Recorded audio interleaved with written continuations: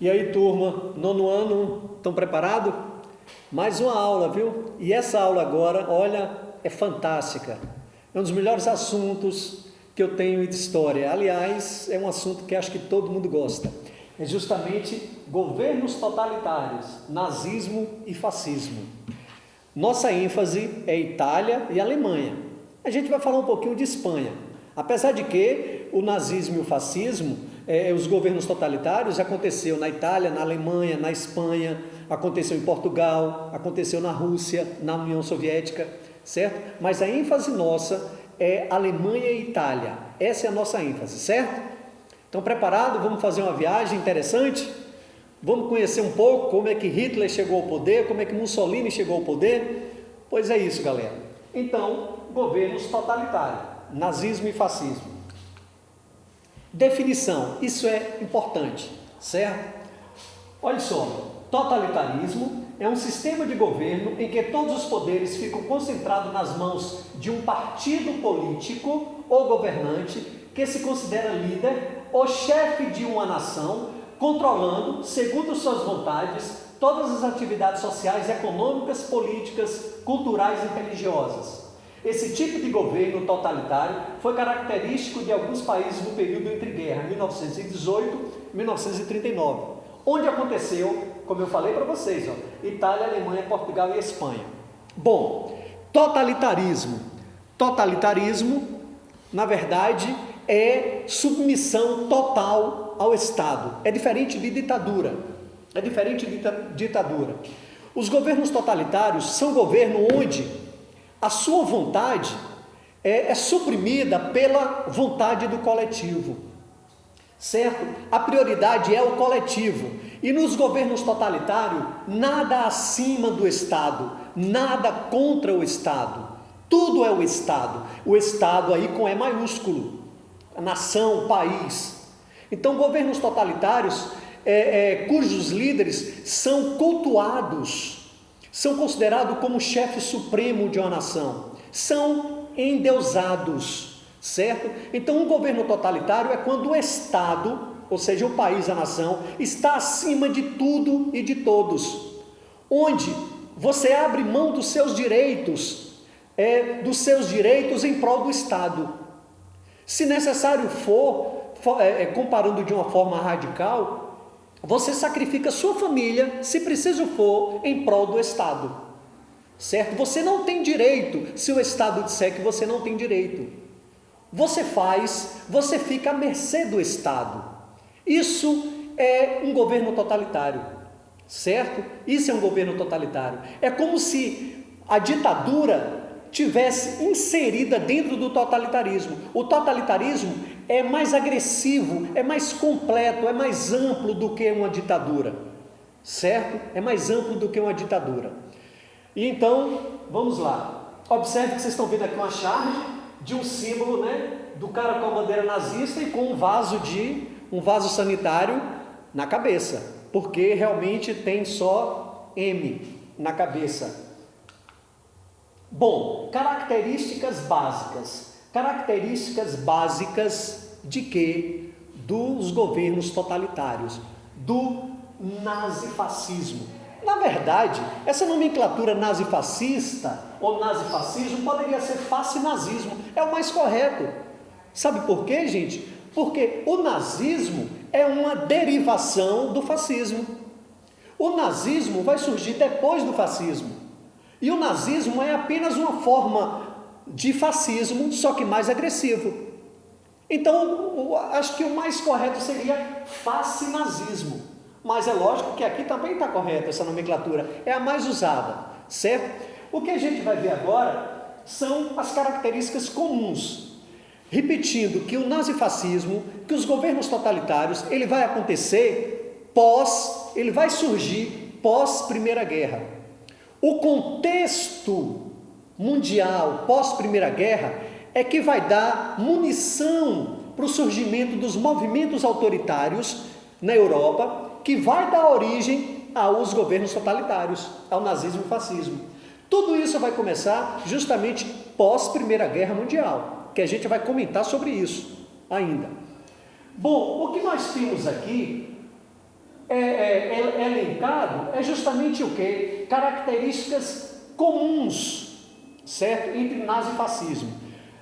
Tem algumas exceções, que a gente vai falar sobre isso, que a gente vai falar de algumas características específicas do nazismo e do fascismo. Bom, nacionalismo extremo. Olha, todo governo totalitário pertence à extrema direita, certo? Pertence à extrema direita. Só lembrando que nós, quando vimos no 8º ano, quando nós falamos sobre Revolução Francesa, nós falamos numa fase, lá na segunda fase da Revolução Francesa, chamada Convenção Nacional, certo? Ou Convenção Republicana, ou só República, onde os partidos, eles estavam agrupados em 3 grupos. Tinha os girondinos, que ficava do lado direito da convenção, certo? Que eram os grandes burgueses, os conservadores, aqueles que não queriam mudanças, queriam que as coisas continuassem como estavam, eles não queriam perder seus privilégios. Então esses girondinos, eles estavam do lado direito da convenção. Daí a expressão partido de direita, aquele partido que não quer perder os seus privilégios, que são que é um partido da elite, que quer manter seus privilégios e sua riqueza. Aí nessa mesma convenção da Revolução Francesa, tinha os jacobinos que eram representantes da pequena burguesia e do povão, de uma forma geral. Ele ficava à esquerda. Eles queriam reformas, eles queriam mudanças profundas para melhorar a situação do povo. Daí a expressão hoje que um partido de esquerda é um partido que está mais preocupado com o povo. E tinha o grupo do pântano, certo? O grupo do pântano ali, da planície, que ficava no meio, que é aquele grupo que fica no centro, que se o partido de direita estiver ganhando, eles mudam, se o partido de esquerda estiver ganhando, eles mudam, certo? Então, essa nomenclatura surgiu na Revolução Francesa, gente, e o nazifascismo, os governos totalitários são partidos de direita, não só de direita, como de extrema direita. Eles são radicais para conservar os seus privilégios, para manter os seus ganhos, certo? Manter os seus ganhos. Então, nacionalismo extremo, a pátria acima dos cidadãos. Olha o que eu falei para você, o Estado totalitário está acima de tudo, nada é acima do Estado, nada pode ser contra o Estado, com E maiúsculo, certo? A pátria é tudo. Você abre mão, repetindo, você abre mão da sua individualidade em prol do Estado, em prol da coletividade. Todas as pessoas devem se sacrificar pela pátria. Isso é um Estado totalitário, certo? Isso é um governo totalitário, quando o Estado está acima de tudo. Fácil você definir, tranquilo, isso não tem nenhuma dificuldade não. Xenofobia, ódio a quem não é da pátria. Ou seja, xenofobia é uma palavra que quer dizer aversão a estrangeiro.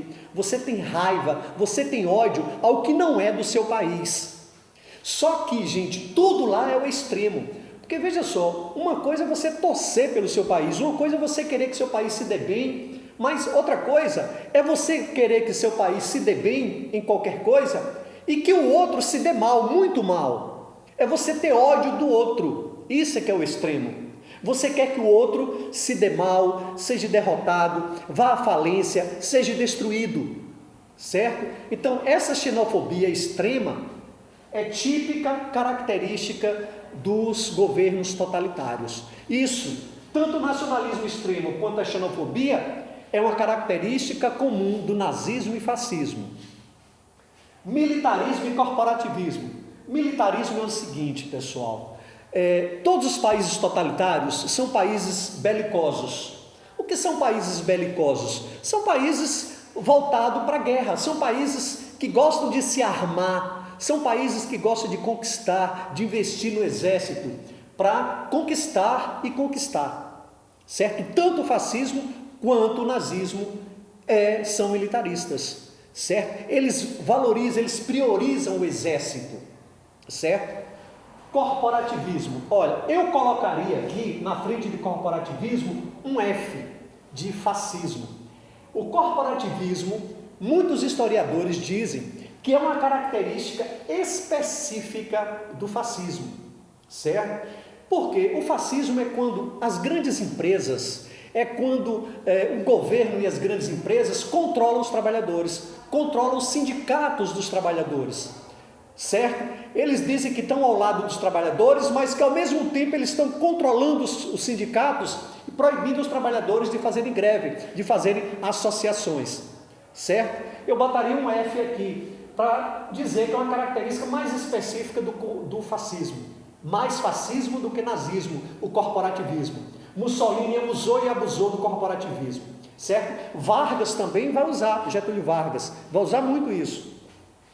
Anticomunismo, certo? Todo governo totalitário, todo governo totalitário não, desculpe a expressão, todo governo nazifascista são anticomunista, antissocialista. Eles odeiam o comunismo, eles odeiam o socialismo, ou seja, ele odeia a esquerda, porque eles são partido de extrema direita, certo? Partido de extrema direita. Então eles odeiam a esquerda, certo? Então eles são comunista, assim como antissocialista, certo? Nós vamos entender mais um pouco lá na frente sobre isso. Antiliberalismo. Eles são contra o liberalismo, eles são contra a liberdade, eles são contra a democracia. Naquele contexto aqui, no contexto pós-Primeira Guerra Mundial, as chamadas democracias liberais eram vistas como um mal a ser combatido, como Estados Unidos, Inglaterra, França. Era visto pelos movimentos autoritários como um mal a ser combatido. Então, quando diz aqui antiliberalismo, é que eles são contra a democracia. Certo? Porque todo nazifascismo é uma ditadura, não existe liberdade, certo? A favor do controle do Estado na economia, não só na economia, como em todo o contexto, certo? Em todo o contexto. Eles são contra a liberdade, tanto política quanto econômica, quanto social, todo tipo de liberdade. Único partido, unipartidarismo. Certo? O unipartidarismo é uma característica típica de um governo totalitário. Por exemplo, olha aí um pouco da diferença de ditadura. Tem ditadura que pode ter mais de um partido político. A ditadura no Brasil mesmo, aqui foi de 64 até 85, teve 2 partidos políticos. 2. Aqui nos governos totalitários não, só pode existir um partido político, o partido do governo. Só o partido do líder supremo, que é cultuado e adorado, como se fosse uma divindade, certo? Olha, culto ao líder. O governante era o líder e guia da nação. Hitler, ele vai se chamar Führer. Mussolini vai se chamar Duce, certo? Duce. O que quer dizer líder, guia, certo? O norte da nação, a pessoa a ser espelhada. A propaganda e a educação. Olha, gente, o nazismo e o fascismo, aliás, todos os governos totalitários, vai usar a propaganda como meio de atingir a massa. Eles vão usar a propaganda como para enaltecer os seus feitos. Hitler, com o ministro Goebbels, foi craque nisso. O ministro Goebbels colocou o partido nazista como a única coisa benéfica para o mundo e o pior que parte do mundo acreditou nisso. Os alemães acreditaram, tudo isso porque a propaganda foi bem feita, certo? A propaganda foi bem feita. Vargas usou muito também. Vargas, na época da ditadura do Estado Novo, Vargas usou o Departamento de Imprensa e Propaganda, o DIP, justamente para quê? Para expandir, para enaltecer o seu programa. Vargas fez muito isso, gente. Hitler fazia isso. O ministro Goebbels foi o carro-chefe para isso, certo? Para enaltecer o nazismo na Alemanha. A educação, olha, a educação aqui era dirigida. Gente, o partido fascista, o nazismo, a educação era voltada para doutrinar as crianças. A educação era dirigida, era feita com que o Estado pegava a criança desde pequeno e a essa criança... essa criança era doutrinada, era ensinada àquela criança só o que o Estado queria, só o que interessava ao Estado. Quando aquela criança chegava à fase de adolescência até a fase adulta, aquela criança já estava doutrinada. Era como se tivesse feito uma lavagem cerebral nessa criança. E ela chegaria à fase adulta num fanatismo estupendo em prol do fascismo ou do nazismo, certo? No fascismo, no nazismo, a prioridade era controlar a educação, certo? Era controlar as universidades, saber o que estavam ensinando, vigiar os professores, para eles não falarem o que não poderia ser falado, certo? Para eles não falarem nada contra o Estado, nada contra o governo. Então a educação aqui era dirigida. O Estado usa os meios de comunicação, a escola e grandes espetáculos para exaltar o governo. Gente, o nazismo, o fascismo, quando desfilava, certo? Era uma coisa assim gigantesca para se observar, com aquelas bandeiras, com aquela suástica, que chamava a atenção. Tudo aquilo ali fazia parte de marketing, para atrair o povo para o partido, certo? E o racismo aqui tem um N do nazismo, certo? Esse racismo aqui vai ter uma ramificaçãozinha, chamado de antissemitismo, que a gente vai falar sobre isso, que o antissemitismo é aquela perseguição e ódio sistemático que os nazistas fizeram contra os judeus. Isso é uma característica específica do nazismo, certo? E expansionismo territorial. Todo militar quer conquistar. O militarismo está intrínseco aqui, expansionismo territorial. Hitler vai conquistar. Todo militar, se ele investe em arma, investe em exército, ele quer conquistar. E eles vão conquistar, tanto Hitler quanto Mussolini. Mussolini vai ter só uma conquista interessante, que é a Etiópia lá na África. Mas Hitler vai conquistar várias partes da Europa. Até que a Inglaterra e a França vão reagir. Mas enquanto a Inglaterra e a França não reagem, Hitler vai ficar conquistando, certo? Hitler vai ficar conquistando, e Hitler vai conquistar, gente, alegando a teoria do espaço vital. O que é a teoria do espaço vital? É aquela teoria onde Hitler diz que ele está conquistando aquele espaço porque é necessário para a sobrevivência da Alemanha. Por isso que aquele espaço está sendo conquistado, porque é necessário para a sobrevivência da Alemanha. Então, essa característica também ela é específica do nazismo. Está aqui o N, ó. Só que tem um detalhe, que o fascismo também houve uma conquista, pequena, mas houve, que foi a Etiópia lá na África, certo? Bom, ó, aqui, vocês estão vendo aqui nesse quadro bem, as diferenças entre democracia liberal, autoritarismo e totalitarismo, certo? Então observe bem, ó. Democracia liberal, governantes eleitos pelo povo. É democracia liberal, o governante é eleito pelo povo, voto direto. Vários partidos políticos, o pluripartidarismo. Liberdades individuais, todos têm liberdade, direitos e deveres a serem cumpridos, e essas liberdades são respeitadas. Liberdade econômica. Geralmente, todas as democracias liberais são capitalistas. Se são capitalistas, tem liberdade econômica, é economia de mercado. Agora, olha um governo autoritário. Governante é um ditador que governa de acordo com o interesse da elite. Olha, gente, um governante, ele pode ser eleito e se tornar um ditador, quando ele governa de acordo com os interesses da elite. Quando ele esquece os interesses do povo, ele pode ser um ditador, aí ele está sendo um autoritário. Ele está sendo um autoritário, certo? Agora, olha o totalitarismo. O país é comandado por um líder, e esse líder é cultuado, ele é adorado. Olha no autoritarismo, abolindo todos os partidos políticos. Aqui também, todos os outros partidos são abolidos. Só que no totalitarismo ainda existe um partido, o unipartidarismo, o partido político do governante. Já no autoritarismo, não há necessidade de nenhum partido político, nem mesmo um só. Não há essa necessidade, certo? Censura dos meios de comunicação, também no totalitarismo, ó, censura dos meios de comunicação. Repressão e violência são usados pelo governo. A mesma coisa aqui no governo totalitário. Repressão e violência são usados pelo governo. Gente, e Hitler criou no nazismo duas polícias, aliás três, a SS, a SA e a Gestapo. Era a polícia secreta, a tropa de assalto e a tropa de elite. Três polícias que eram usadas para reprimir o povo, certo? A população é passiva no autoritarismo, deixa o governo mandar, a população não reage. No totalitarismo, busca mobilizar a sociedade pela propaganda. Olha o que eu falei.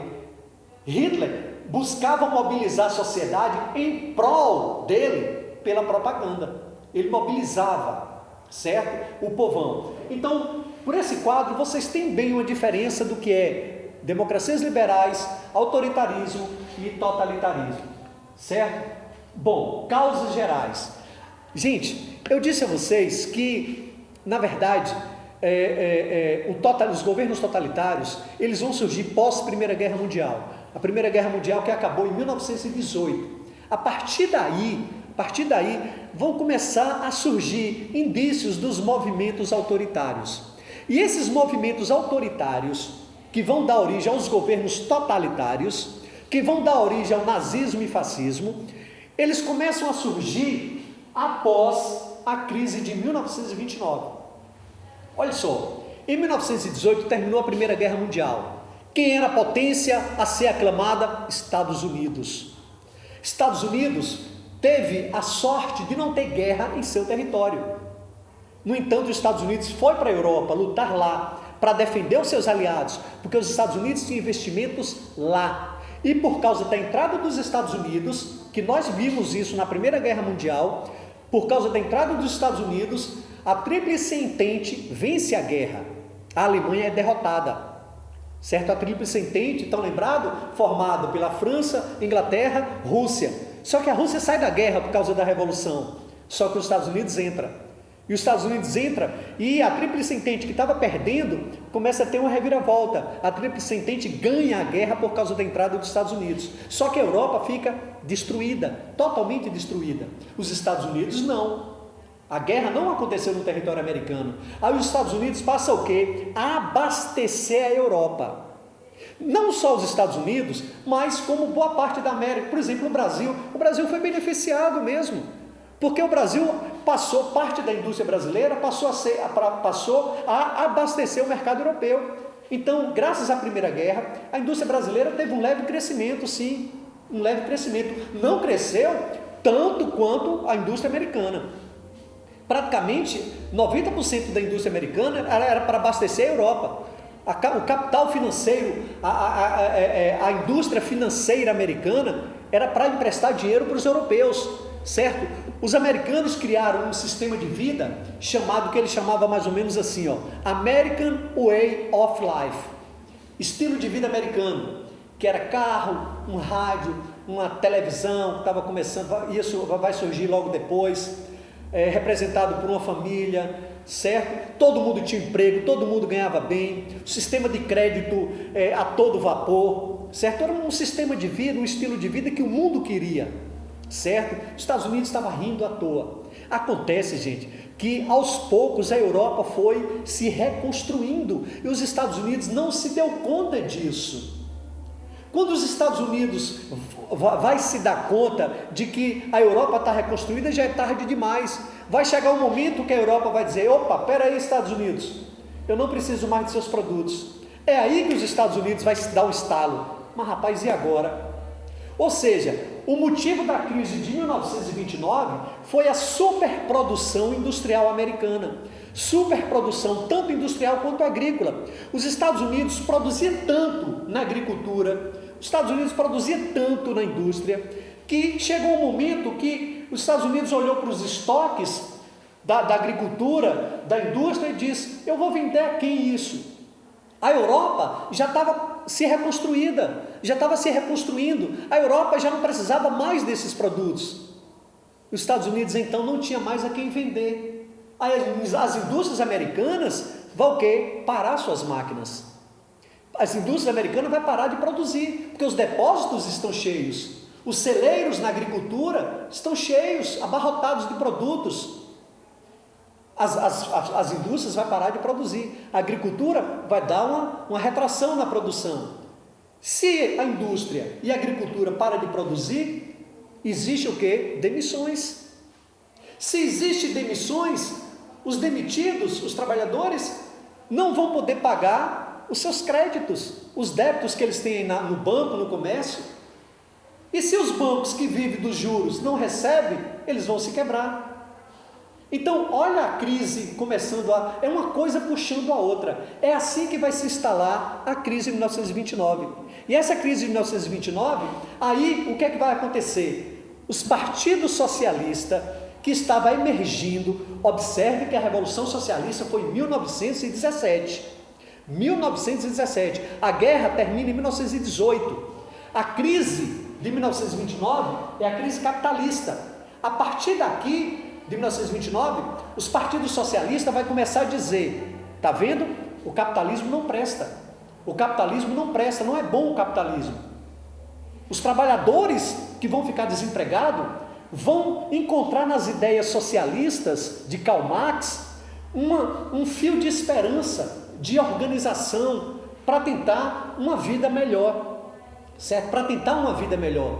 E é para combater esses trabalhadores, essas ideias socialistas que estão em ascensão, é para combater essas ideias que vão surgir os movimentos autoritários, que vão ser financiados pelos capitalistas, que vão ser financiados pela burguesia, para combater esses trabalhadores que estão fazendo greve para não perder o emprego, ou que perderam o emprego, certo? Que estão protestando nas ruas. Que para enfrentar esses trabalhadores, os burgueses vão usar os movimentos autoritários. Pessoas que que criticavam o socialismo, mas que também criticavam as democracias liberais, certo? Mas eles não criticavam as democracias liberais, não na mesma força que criticavam o socialista, porque eram capitalistas que vão financiar esses movimentos autoritários. Mas quem são esses capitalistas? Os capitalistas da Alemanha e os capitalistas da Itália. Capitalistas de países que estão quebrados economicamente. Capitalistas esses que percebem que o governo desses países, como Itália e Alemanha, não são competentes o suficiente para tirar o país da crise econômica, da miséria. E esses países, como Itália e Alemanha, está vendo surgindo esses movimentos socialistas, esses trabalhadores. Aí, para combater esses trabalhadores, esses movimentos socialistas, é esses capitalistas que vão recorrer a esses movimentos autoritários, por causa da incompetência do governo, tanto da Itália quanto da Alemanha, certo? Então, vamos voltar para cá. Os Estados Unidos saem como o país mais rico depois da Primeira Guerra, como eu falei para vocês. American Way of Life, que eu falei, o estilo de vida americano que todos queriam, o estilo de vida da classe média norte-americana, baseado no consumo de produtos industrializados, carro, rádio, geladeira, etc. A foto era mais ou menos assim: a família no carro, o marido, a esposa na frente, duas crianças atrás no carro e um cachorro, e uma casona lá no fundo, uma casona. Era o estilo de vida que todos queriam, certo? Os Estados Unidos vendiam esse estilo de vida. A Europa se recupera e volta a competir com a indústria dos Estados Unidos. Olha, a Europa se recupera e os Estados Unidos não se dá conta e continua produzindo tantos produtos que não tem mais a quem vender. E os europeus consumiam praticamente 90% dos seus produtos. Então, a superprodução industrial e agrícola é a principal causa da crise de 1929. A crise de 1929, ela tem outros nomes. Pode ser a Grande Depressão, pode ser a quebra da Bolsa de Valores de Nova York, ou a crise do capitalismo, certo? Então, vou repetir, a crise de 1929 pode ser chamada de crise do capitalismo, pode ser chamada quebra da Bolsa de Nova York e Grande Depressão, certo? Os Estados Unidos param de dar empréstimo para a reconstrução de países europeus. Os Estados Unidos, gente, se quebra, os Estados Unidos vai se quebrar. Porque o mundo estava interligado, e quando os Estados Unidos se quebra, essa quebradeira americana vai atingir o mundo todo, não tem a menor dúvida disso, inclusive o Brasil. Muitos cafeicultores, gente, para vocês terem uma ideia, muitos cafeicultores que dependiam do capital norte-americano, acordaram um dia e viram que estavam falidos. Muitos, inclusive, se suicidaram. Ou seja, essa crise de 1929 vai afetar a economia cafeeira do Brasil. Olha o que eu falei, crescimento dos partidos socialistas, está vendo?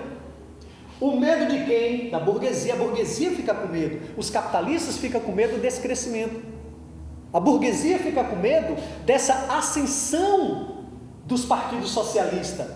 E os trabalhadores absorviam as ideias dos partidos socialistas. Eles faziam greves, reivindicações, e os burgueses não queriam. Então, para combater esses partidos socialistas, esses trabalhadores, esses burgueses vão atrás de quem? Dos movimentos autoritários. Que os movimentos autoritários, em seus discursos, pregavam ódio às ideias socialistas, pregavam ódio aos trabalhadores. E esses burgueses vão buscar esse apoio aí, porque, repetindo, a incompetência do governo, principalmente da Itália e da Alemanha, não soluciona a crise econômica. E os burgueses vão buscar apoio nos movimentos autoritários, certo? E começa o revanchismo. O que é o revanchismo? É vingança. A Alemanha, tanto a Alemanha quanto a Itália, vai querer se vingar da derrota da Primeira Guerra Mundial, certo?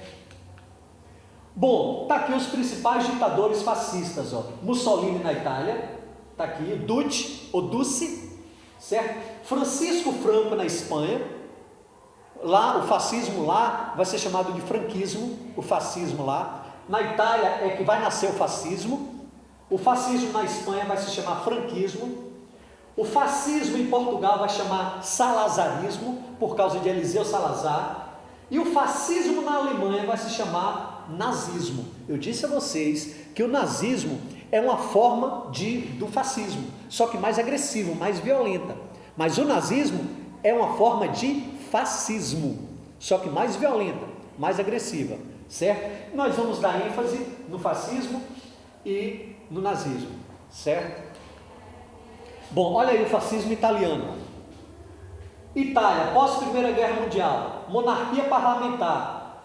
Quem era rei na Itália nesse momento era o rei Vítor Emanuel III, com vários problemas, entre eles dívida, desemprego e inflação. Está vendo? Todos esses países que vão receber governos totalitários, eles têm problemas econômicos, eles têm problemas após a Primeira Guerra Mundial, e o governo não vai ter competência em solucionar esses problemas, gente. Olha aí a Itália, ó. Dívidas, desemprego e inflação. Aí, os burgueses desses países vão buscar ajuda, não no governo, mas nos movimentos autoritários. Nesse caso, o movimento autoritário era liderado por esse cara, Benito Mussolini. Objetivo: nação forte e defesa da ordem e a grandeza da Itália.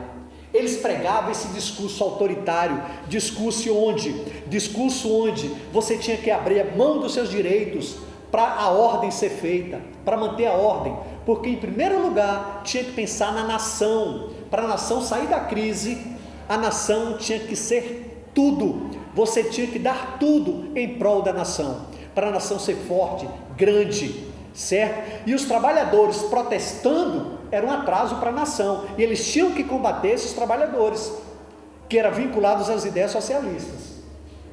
Cronologia aqui do fascismo: crescimento dos grupos socialistas nas eleições.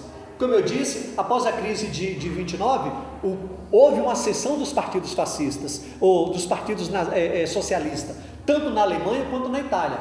Nas eleições, eles se fortalecem. E são esses partidos socialistas, repetindo, que vai ser combatido pelos burgueses, certo? Pelos burgueses da Itália e da Alemanha. Em 1919, fundou o grupo de combatente. Quem fundou? Benito Mussolini, chamado de Fátio de Combate. Pode ser Fátio de Combate ou Fátio de Combatimento, certo? Que é a partir daqui que esse partido, Fátio de Combate, vai se chamar Partido Fascista, certo? Fátio era uma espécie de feixe que os magistrados na Roma Antiga usavam. Era uma espécie de feixe, certo? Então esse partido Fátio de Combate, ou Fátio de Combatimento, é que vai dar origem ao partido fascista, que reprimia violentamente movimentos populares sociais, tá vendo? Ou seja, esse partido Fátio de Combate, ou Fátio de Combatimento, liderado por Mussolini, certo? Que surgiu de um movimento autoritário. O objetivo deles era, financiado pela burguesia italiana, era reprimir movimentos populares sociais com extrema violência. Esses movimentos populares sociais são o quê? Movimentos dos trabalhadores, são os partidos socialistas, que ele vai ser reprimido com extrema violência. E esse Fátio de Combatimento, eu não canso de repetir, é financiado pelos capitalistas burgueses da Itália, certo? E esses movimentos autoritários, no caso aqui, já não é mais um movimento autoritário, já é o partido fascista, o Fátio de Combatimento, vai chegar no poder com a ajuda dos capitalistas italianos, com a ajuda da burguesia italiana, certo? Formavam tropas fardadas de preto, tendo o apelido de camisas negras. Camisas negras era como era chamado os militantes, os partidários do partido fascista. Eram apoiados e financiados por grupos burgueses. Esses grupos burgueses são os capitalistas, são os ricos capitalistas italianos. Aqui está um exemplo do feixe, o feixe que era usado pelos magistrados romanos da antigo. Então é a partir daí que vem a palavra fátio, certo? De combate. Em 1920, o movimento autoritário é transformado em Partido Nacional Fascista. Aquele movimento Fátio de Combate, ou Fátio de Combatimento, que era usado por Mussolini para combater os movimentos sociais com violência, vai se transformar em Partido Nacional Fascista, certo? Mas a princípio ele é derrotado, porque vocês viram, aqui, crescimento dos grupos socialistas nas eleições, porque nas eleições quem vai ganhar são os partidos socialistas. A princípio o Partido Nacional Fascista vai ser derrotado. É aí que os burgueses vão investir de vez, vão investir pesado no Partido Nacional Fascista, certo? Em 1922, os camisas negras, você lembra dos camisas negras, que eram aqueles militantes, os militantes do Partido Fascista? Eles vão marchar sobre Roma. Gente, 50 mil camisas negras marcham sobre Roma. Eles vão para Roma e lá eles se apossam das principais instituições públicas, eles se apossam das estações de metrô, certo? E de prédios públicos. Gente, para vocês terem uma ideia, o rei Vítor Emanuel não faz absolutamente nada, não levanta uma palha para tentar deter esses camisas negras. O rei Vítor Emanuel fica com tanto medo dos camisas negras, que ele chama Mussolini para ser primeiro-ministro. Olha, quer dizer, ao invés dele combater os fascistas, os camisas negras, não, pelo contrário, ele convida Mussolini para ser primeiro-ministro da Itália. Eles convidam Mussolini para ser primeiro-ministro da Itália, certo? E Mussolini aceita. É a partir daí que Mussolini começa a chegar do poder. Em 1925, Mussolini assume o poder e implanta a ditadura. Olha, quando Mussolini assume o poder aqui em 25, gente, o rei Vítor Emanuel já faleceu. O rei Vítor Emanuel já morreu, e Mussolini então deixa de ser só primeiro-ministro e assume o poder completo, poder total na Itália, certo? É a partir daqui. Em 1929, ele assume o poder e ele passa a ser chamado de Duce, tá vendo? Guia, chefe supremo. Carta del Lavoro, legislação trabalhista. Eu não sei se vocês lembram, certo? Quando nós falamos de Vargas, aliás, acho que a gente ainda não falou sobre Vargas, mas Getúlio Vargas vai implantar aqui no Brasil a CLT, as leis trabalhistas. E essas leis trabalhistas, gente, vai ser baseada nessa Carta del Lavoro. A Carta del Lavoro, quer dizer, a Carta do Trabalhador, ou Carta do Trabalho em italiano, é um conjunto de leis que Mussolini fez para agradar os trabalhadores italianos. E isso vai influenciar o governo de Getúlio Vargas aqui no Brasil, certo? São as leis criadas por Getúlio Vargas, vai ser as mesmas leis da Carta del Lavoro, criada por Mussolini, quer dizer, Carta do Trabalhador, certo? Em 1929, Mussolini assume o Tratado de Latrão. Esse Tratado de Latrão, a criação do Estado de Vaticano, que dá ao governo de Mussolini o reconhecimento e o apoio da Igreja Católica. Vamos explicar aqui para vocês o que é o Tratado de Latrão. Gente, a Itália se unificou por volta de 1870, por aí. 1870, 1871, por aí, a Itália se unificou. A Itália era uma série de reinos. Muitos desses reinos pertenciam à Igreja Católica. Muitos desses reinos pertenciam à Igreja Católica. E esses reinos foram tomados, certo? Pelos os principados, pelos ducados que formaram a Itália. E a Igreja Católica não aceitou perder esses reinos. Desde então, de 1870, a Igreja Católica rompeu com o Estado italiano. E a Igreja Católica só vai voltar às pazes com o Estado italiano em 1929, com Mussolini, através do Tratado de Latrão, porque Mussolini sabia da importância dele estar ligado à Igreja Católica. Era muito importante para Mussolini ele ganhar o apoio da Igreja Católica, certo? Se a Igreja Católica reconhecesse o governo de Mussolini, isso ia ser uma influência mundial muito forte.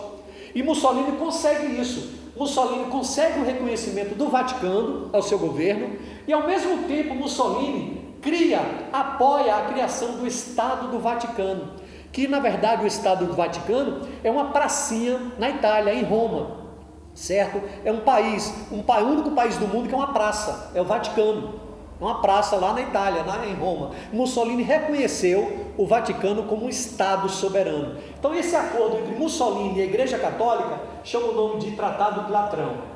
Aí Mussolini começa a botar suas garras, aí Mussolini começa a agir como um governo totalitário, como um ditador. Começa a perseguir os seus opositores, especialmente quem? Os comunistas.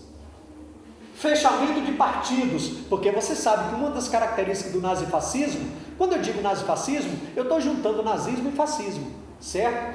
O fechamento de partidos era uma característica do nazifascismo, a existência de um partido só. Na Itália, o único partido que podia existir era o fascista, o Partido Fascista, certo? Que era o Partido Nacional Fascista, que surgiu do Fátio de Combate, ou Fátio de Combatimento.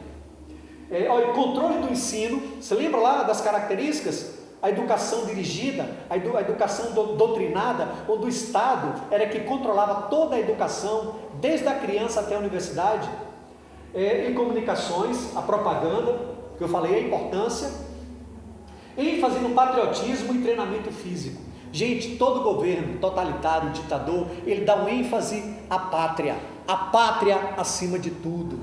A pátria é tudo para eles, o Estado é tudo, certo? Em 1936, reforço do neocolonialismo, invasão da Etiópia, é o que eu falei. Por isso que eu disse a você que o militarismo, que o expansionismo territorial não era uma característica assim, exclusivamente alemã do nazismo, porque Mussolini também conquista a Etiópia, só que Mussolini só fez conquistar a Etiópia, já Hitler vai conquistar vários países. Então talvez por isso dá uma ênfase maior do militarismo ao nazismo, certo? Do expansionismo territorial ao nazismo. Eu vou aproveitar, para não ficar solto aqui a Guerra Civil Espanhola, eu vou dar só uma aprofundada nisso aqui, só nesse slide e no outro, certo? Para não ficar muito solto, certo? Eu disse a vocês o seguinte, que a Guerra Civil Espanhola, o que eu falei, foi usada por Hitler com Mussolini para testar as armas que seriam usadas na Segunda Guerra Mundial, e que Hitler apoiava esse cara aqui, Francisco Franco, certo? Vamos entender, como era a Espanha nesse período? A Espanha, industrialização tardia, ou seja, a Espanha economicamente era fraca. Somente no início do século XX a Espanha vai começar a se industrializar. Observe que no século XVIII já tinha acontecido a Revolução Industrial.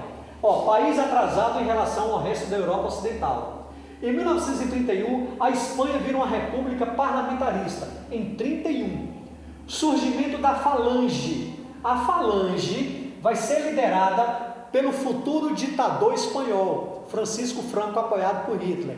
Então, quando você ouvir a expressão falange, lembra de Francisco Franco, apoiado por Hitler, certo? Em 1936, a Frente Popular. Frente Popular e falange são inimigos mortais, porque a falange é liderada por Francisco Franco, ditador, certo, fascista, apoiado por Hitler. Frente Popular é uma coligação de esquerda, ou seja, eram os partidos de esquerda, que eram inimigos mortais do fascismo. Então, falange e Frente Popular vão se degladiar na Espanha. E vocês já sabem de antemão que Francisco Franco vai sair vencedor, por causa do apoio de Hitler. Então tá aí, ó. A Frente Popular é essa aqui, ó, que nós falamos aqui, ó, elas são chamadas também de republicanos, certo? E a falange, que é essa aqui, ó, liderada por Francisco Franco, vai ser chamada também de fascistas. Então, tanto faz republicanos como Frente Popular, representava a esquerda, certo? Fascista, representado pela falange, Francisco Franco, que tinha o apoio dos ricos e de Hitler. Eles vão se degladiar. Quem vai vencer? Os fascistas. E Francisco Franco se torna o ditador espanhol. E Pablo Picasso vai deixar bem claro os horrores dessa guerra no seu quadro Guernica, certo? O quadro que ele explica e deixa bem claro sobre a Guerra Civil Espanhola. Certo, turma? É isso aí, galera. Estudo, eu voltei para dar um ênfase aqui em relação à Espanha, ok? Valeu, é isso aí, turma.